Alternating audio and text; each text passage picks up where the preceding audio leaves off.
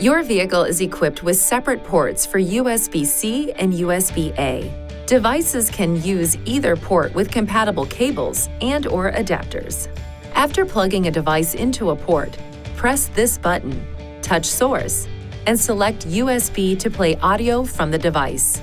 If compatible, the battery of your device will charge while connected to the vehicle.